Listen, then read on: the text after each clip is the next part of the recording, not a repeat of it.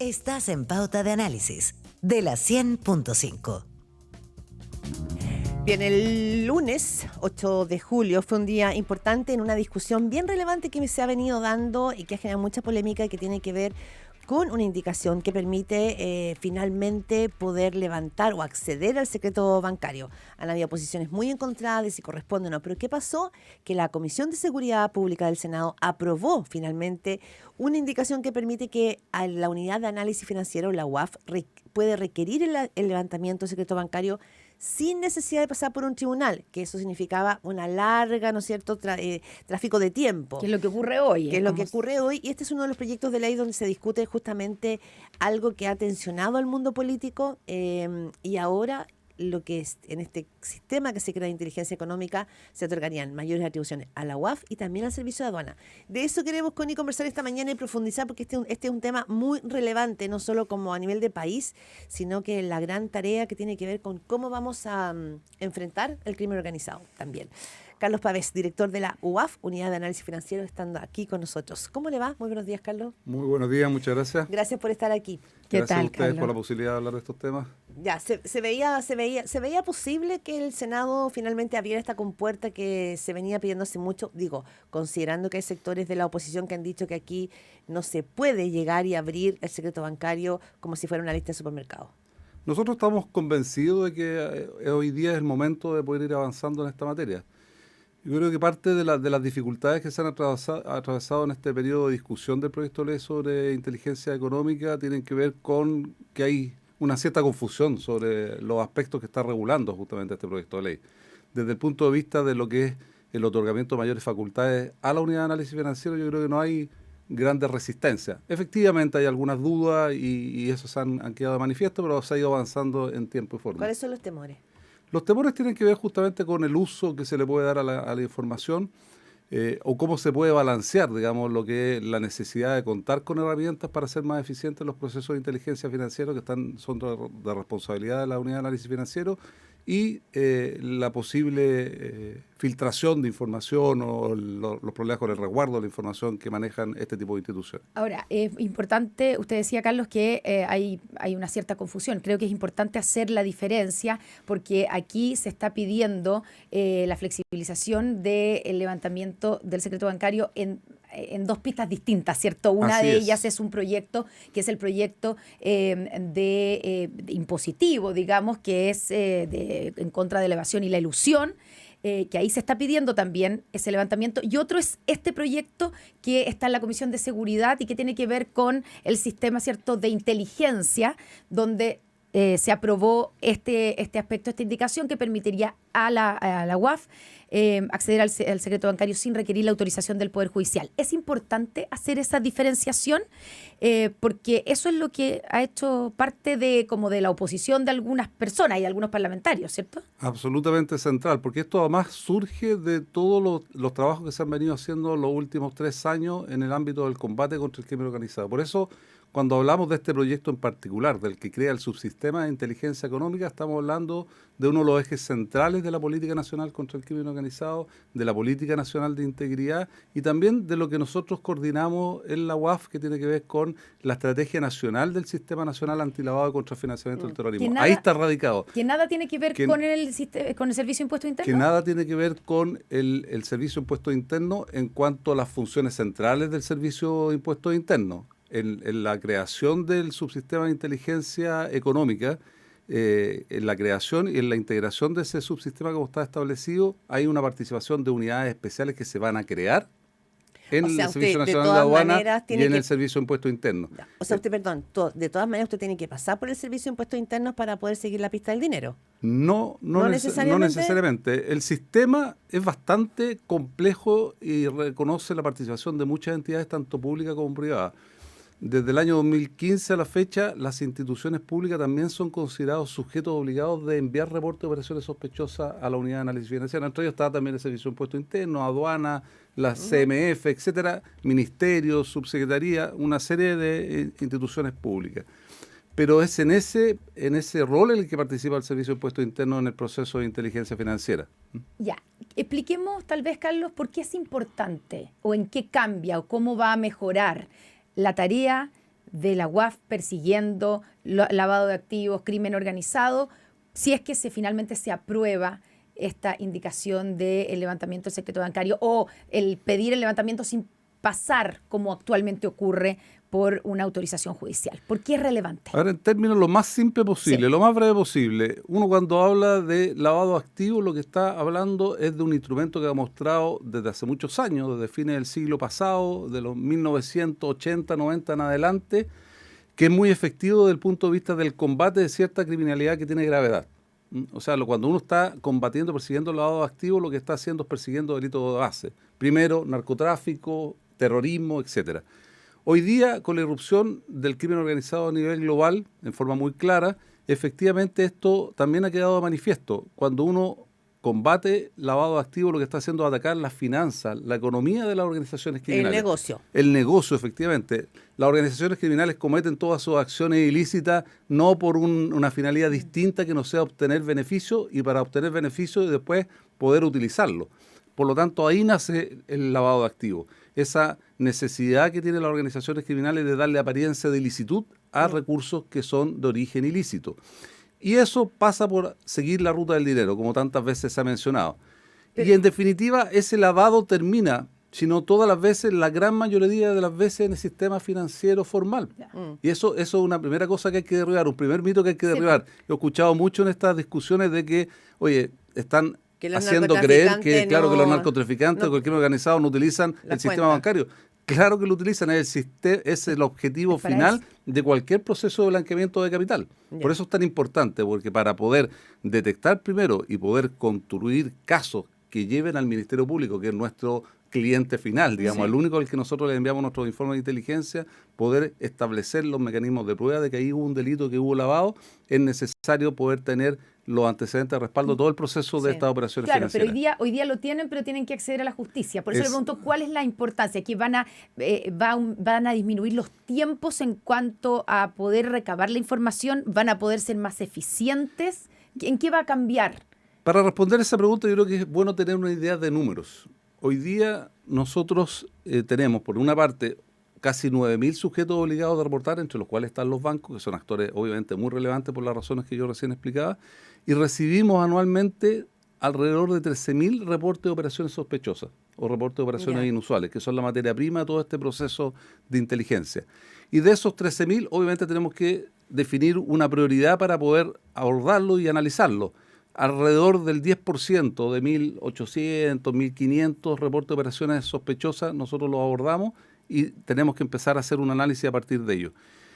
Por lo tanto, hoy día, con la necesidad de solicitar una autorización de un ministro de Corte de Apelación, una autorización judicial para poder alzar el secreto bancario, tenemos que ser muy selectivos en materia de esa selección.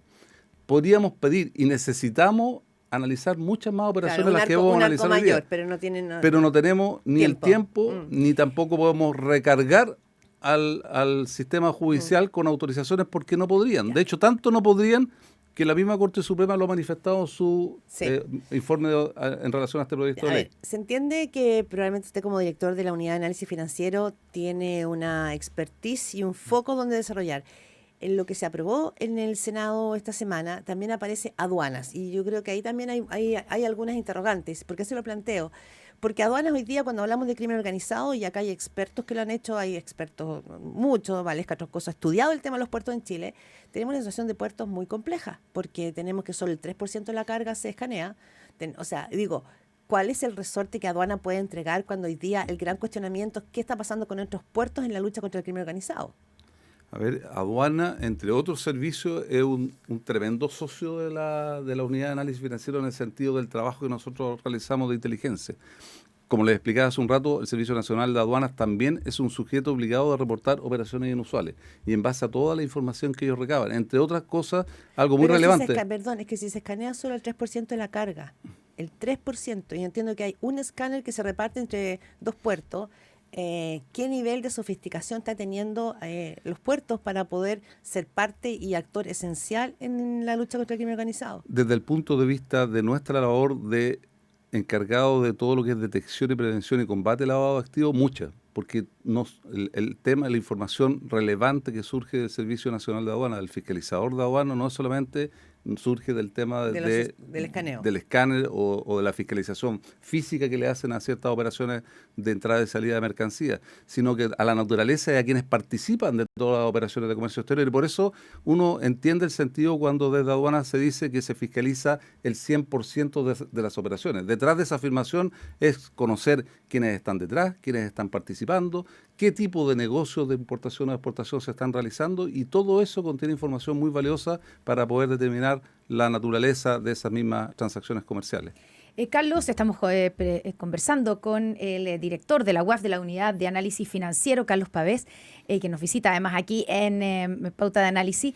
Usted ha dicho que, en definitiva, esto, o sea, el sistema actual, el hecho de tener que ir a solicitar a la justicia el levantamiento del secreto bancario es una traba, ¿cierto? Es una traba para la persecución del crimen organizado por parte de la UAF. Efectivamente es una limitación, una traba desde el punto de vista desde la cobertura de lo que podemos revisar y de la oportunidad en la cual la podemos revisar. Nos obliga, entre otras cosas, a hacer todo un análisis previo en cuanto a cuáles son los indicios que deben haber o las sospechas que pueden haber más profundas para poder solicitar esa información. El poder contar con el alzamiento administrativamente nos va a permitir tener una cobertura mucho mayor en un menor tiempo posible. Nos preguntaban el otro día a propósito de la comisión. ¿Cuánto reduciría? Absolutamente. O sea, por ejemplo, ¿cuánto se demoran hoy día en un caso pidiendo levantamiento bancario sobre, digamos, pasando por la justicia? Desde que recibimos el reporte de operaciones sospechosas hasta que estamos en condiciones de poder decir que es absolutamente necesario pedirlo, pueden pasar varias semanas. Y después en la autorización propiamente tal, en la recepción, eso es más rápido. Pero yo quiero llamar la atención sobre todo lo que dejamos de hacer por no contar con esta facultad. O sea, y también nos han preguntado mucho y es entendible que nos pregunten, ¿pero por qué necesitan esta facultad si tienen la facultad con autorización judicial? Justamente pasa por eso, por la magnitud, por los números que yo te mencionaba. Hoy día estamos enfrentados y en el sistema financiero se hacen no miles, millones de transacciones todos los días. Por eso yo quiero poner esto muy en contexto. De esos millones de transacciones surgen, y no solamente del sector financiero bancario, alrededor, como les decía, de 13.000 reportes al año. Y sobre eso hay que hacer un análisis, determinar si hay indicios y a partir de eso solicitar el alzamiento. Esto nos permite construir, porque lo que nosotros hacemos no fiscalizamos operaciones, no fiscalizamos lo que el ciudadano está haciendo en términos de qué está comprando o no, sino que lo que hacemos es inteligencia financiera. Y esa información es básica para poder iniciar procesos de inteligencia financiera. Ya, o sea, aquí es un problema como de ser más eficiente. Le puedo preguntar, o sea, para que tengamos claridad también en términos de los números. Por ejemplo, este año, en lo que va del año, ¿cuántas veces la UAF ha solicitado el alzamiento del secreto bancario? Hay un tema ahí de la reserva que no es por escabullir la pregunta, y de hecho la hemos contestado todas las veces y en el mismo sentido. En los últimos 5 años hemos alrededor de levantado o solicitado el alzamiento y se nos ha otorgado en alrededor de 20, 25 veces. Y soy cuidadoso en la respuesta. En los últimos 5 años, en los últimos 5 alrededor de 5 veces por año estamos pidiendo, porque como le digo, esto es operaciones complejas. Lo que pasa es que cuando uno dice alzamiento, piensa en una operación, en una persona. Los reportes de operaciones sospechosas, la magnitud que yo lo mencionaba, incorporan muchas veces bastante más que personas y muchas operaciones, y relacionada a esa operación reportada o ese conjunto de operaciones reportadas, un conjunto mucho mayor de operaciones y de personas relacionadas a ellas. Por lo tanto, por tiempo, insisto, y creo que es súper importante mencionar esto, no podemos estar recurrentemente yendo a solicitarle al Poder Judicial, porque parte del éxito y parte de la respuesta rápida que tenemos hoy en día pasa porque somos muy rigurosos en términos de la selección que hacemos de las solicitudes que planteamos al Poder Judicial. Por eso yo mencionaba lo de la Corte Suprema. Ellos están muy conscientes de eso porque lo conversamos permanentemente con ellos. Ellos entienden el problema, lo manifiestan en su informe a propósito de este proyecto de ley y dicen, mire, efectivamente es necesario hacer mucho más. Si esto se hiciera mucho más, no tenemos capacidad nosotros tampoco como Poder Judicial de responder todas las solicitudes. Lo que han tenido son, la respuesta que ha habido desde el mundo de la política es sospecha. Bueno, siempre que se habla de inteligencia se generan muchas sospechas, ¿no? Respecto de quién maneja esa información, qué pasa si hay cambios en la política, qué pasa si hay cambios en la dirección de impuestos internos, también qué pasa, lo decía el diputado el Rojo Edward, decía como que, bueno, que en el caso de la UAF, claro, es un cargo que se llega por alta dirección pública, pero que también tiene algún tinte político, entonces se generan sospechas en ese sentido de cuál es la caja que se podría abrir. Entonces, ¿qué se hace con esas sospechas frente además a un tema que ya no es una amenaza, que es el crimen organizado? Ya está en Chile, ya funciona, ya opera. ¿Cómo se hace esa disyuntiva? Porque la necesidad de la sospecha, o sea, la sospecha nubla el tema de la confianza respecto a la investigación. ¿Cómo se despeja eso? Bueno, eso pasa por fijarse en todos los elementos de resguardo que tiene el sistema y la regulación, entre los cuales el tema del sistema de alta dirección pública es un elemento muy importante. Efectivamente. La elección de la forma en que se designa, en que se puede remover al jefe de servicio, en este caso al director de la unidad de análisis financiero, pasa por ese sistema reglado y transparente. Y es un tema que está ahí disponible para que uno lo pueda ver. En mi caso personal, yo creo que es muy fácil verlo. Yo nunca he militado en partido político, nunca he sido participante de la actividad política. Por lo tanto, son instituciones que históricamente son muy técnicas. Pero además tiene una serie de otros resguardos que ya están en la ley vigente, pero que se están reforzando a propósito de esta facultad adicional que se está solicitando. Nosotros estamos expuestos en el estándar general no solamente a la responsabilidad administrativa y civil, sino que también penal y penal reforzada. Tenemos sanciones privativas de libertad en caso de filtración o violación de secreto, y son tipos penales que son tipos especiales que están contenidos en nuestra ley.